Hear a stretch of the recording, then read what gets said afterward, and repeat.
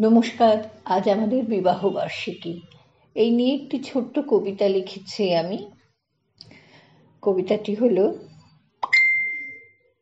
বৈশাখের বেশ ছিল, মেঘ ছিল ৩, সেই সে কালের দিনে কালে যত স্বপ্ন ছিল সাদা রঙিন। জীবন পথে চলতে গিয়ে আজ অতীত ৩ দশকের বেশি। পিছন দিকে যদি তাকিয়ে দেখি, ভালোয় মন্দে আলো আঁধারে সেথা বড্ড মেশামেশি।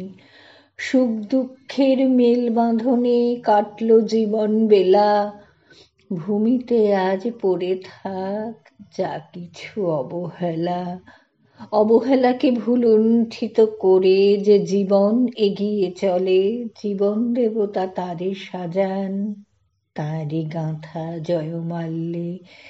এ পৃথিবীর রূপ রস গন্ধ এবং স্পর্শ পেয়েছি আমি, গ্রহণ করেছি, তাই তো সর্বস্ব। না পাওয়াকে ভুলেছি আমি।